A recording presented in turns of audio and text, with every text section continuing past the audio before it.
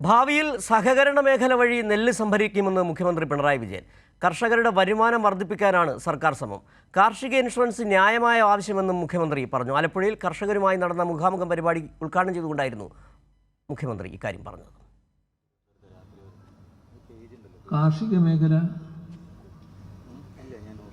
അതിലേറ്റവും പ്രധാനപ്പെട്ടത്. കാർഷിക മേഖലയിൽ ഉൽപാദനം വർദ്ധിക്കണം, ഉൽപാദനക്ഷമതയും വർദ്ധിപ്പിക്കണം.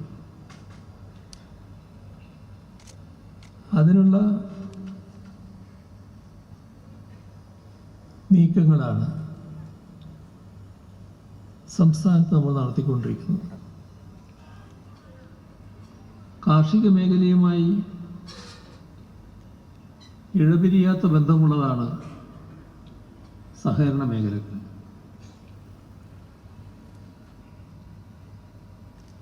അപ്പോൾ സഹകരണ മേഖലയുമായി കൂടുതൽ ബന്ധപ്പെട്ട് കാർഷിക മേഖലയ്ക്ക് വേണ്ടി അടിസ്ഥാന സൗകര്യങ്ങൾ ഒരുക്കുക, വർദ്ധിപ്പിക്കുക, ഇത് പ്രധാനമായിട്ടാണ് കാണുന്നത്. കർഷകരുമായുള്ള മുഖ്യമന്ത്രിയുടെ മുഖാമുഖം പരിപാടി ആലപ്പുഴയിൽ പുരോഗമിക്കുകയാണ്. ഇപ്പോൾ ഈ വാർത്തയുടെ കൂടുതൽ വിവരങ്ങളുമായി ഞങ്ങളുടെ പ്രതിനിധി ഷാജഹാൻ ചേരുന്നുണ്ട്. ഷാജഹാൻ, കേന്ദ്ര സർക്കാർ കർഷകരോട് കാട്ടുന്ന അവഗണന, പക്ഷേ സംസ്ഥാനം കർഷകരോട് ചേർന്ന് നിൽക്കുന്ന, കർഷകർക്ക് അനുകൂലമായി എടുക്കുന്ന നിലപാടുകളെക്കുറിച്ച്, പദ്ധതികളെക്കുറിച്ചൊക്കെയാണ് മുഖ്യമന്ത്രി ഉദ്ഘാടന പ്രസംഗത്തിൽ പറയുകയും ചെയ്തത്. മറ്റെന്തൊക്കെയാണ് ഇതുമായി ബന്ധപ്പെട്ട് കൂട്ടിച്ചേർക്കാനുള്ളത്? മുഖാമുഖം പരിപാടിയിൽ ആരൊക്കെയാണ് ഇപ്പോൾ പങ്കെടുത്തുകൊണ്ടിരിക്കുന്നത്?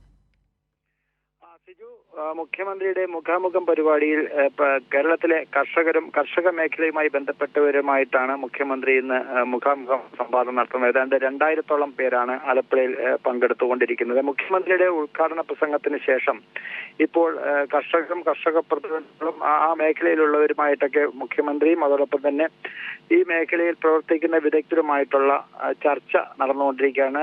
കാർഷിക മേഖലയിലെ പ്രശ്നങ്ങളും അവരുടെ പരാതികളും ഒക്കെ തന്നെ മുഖ്യമന്ത്രിയുടെ സാന്നിധ്യത്തിൽ അവർ മുഖ്യമന്ത്രിയുമായി പങ്കുവെക്കുകയാണ്. അതിനു മുൻപായിട്ടാണ് ഇത്തരം കാര്യങ്ങൾ മുഖ്യമന്ത്രി പറഞ്ഞത്. അതായത് കാർഷിക മേഖലയിലെ പരിമിതികൾക്കുള്ളിൽ നിന്നുകൊണ്ടാണ് സർക്കാർ പ്രവർത്തിക്കുന്നത്. കാർഷിക ഇൻഷുറൻസ് സ്വാഭാവികമായും അത് നടപ്പിലാക്കുക, അത് വളരെ ഗുണം ചെയ്യും. കാർഷിക മേഖല വലിയ തോതിൽ ആകർഷകമാക്കാനാണ് സർക്കാർ ശ്രമിക്കുന്നത്. കർഷകന്റെ അന്തസ്സ് ഉയർത്തുന്ന നിലയിലേക്ക് കൃഷി അല്ലെങ്കിൽ കാർഷിക മേഖല ഉയരണം എന്നുള്ളതാണ് സർക്കാർ ലക്ഷ്യം വെക്കുന്നത്. അത് പടിപടിയായി ലക്ഷ്യത്തിലേക്ക് എത്തും എന്ന് തന്നെയാണ് കരുതുന്നതെന്ന് മുഖ്യമന്ത്രി പറയുകയുണ്ടായി. കാർഷിക രംഗത്ത് ഒട്ടേറെ പുതിയ പ്രശ്നങ്ങളുണ്ട്. കാർഷിക മേഖലയിൽ ഉൽപാദനവും ഉൽപാദനക്ഷമതയും വർദ്ധിപ്പിക്കണം. അങ്ങനെ വരുമ്പോൾ കർഷകരുടെ വരുമാനം വർദ്ധിപ്പിക്കാൻ കഴിയും.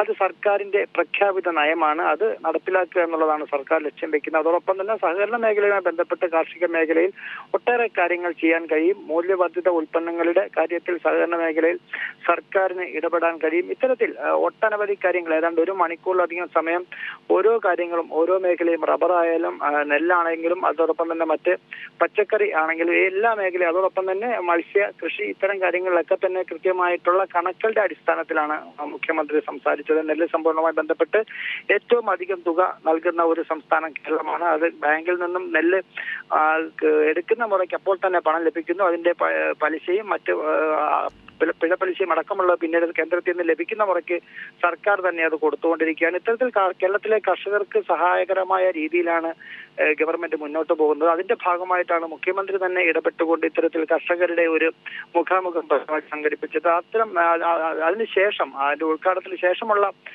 കർഷകരും ആ മേഖലയിലുള്ളവരുമായിട്ടുള്ള സംവാദം ഇപ്പോൾ നടന്നുകൊണ്ടിരിക്കുകയാണ്. അതും ഏതാണ്ട് ഇനി 1 മണിക്കൂറോളം തുടരും. മന്ത്രിമാരായിട്ടുള്ള സജി ചെറിയാൻ, പി പ്രസാദ്, ചിഞ്ചുറാണി അടക്കമുള്ള മറ്റു മന്ത്രിമാരും പങ്കെടുക്കുന്നുണ്ട്. അതോടൊപ്പം തന്നെ സർക്കാരിന്റെ ഈ മേഖലയിൽ കൃഷി വകുപ്പായാലും മറ്റു വകുപ്പുകളുടെയൊക്കെ പ്രതിനിധികളും വിവരങ്ങൾ നൽകിയത്. ആലപ്പുഴയിൽ കർഷകരുമായുള്ള മുഖ്യമന്ത്രിയുടെ മുഖാമുഖം പരിപാടി മുന്നേറിക്കൊണ്ടിരിക്കുകയാണ്. രാവിലെ തന്നെ മുഖ്യമന്ത്രി പറഞ്ഞു കർഷകർക്കൊപ്പമാണ് സർക്കാർ. ഒപ്പം തന്നെ നെല്ല് സംഭരണം ഭാവിയിൽ സഹകരണ മേഖല വഴി സംഭരിക്കാനുള്ള നീക്കങ്ങൾ സർക്കാർ നടത്തുന്നുവെന്നും മുഖ്യമന്ത്രി പറഞ്ഞു.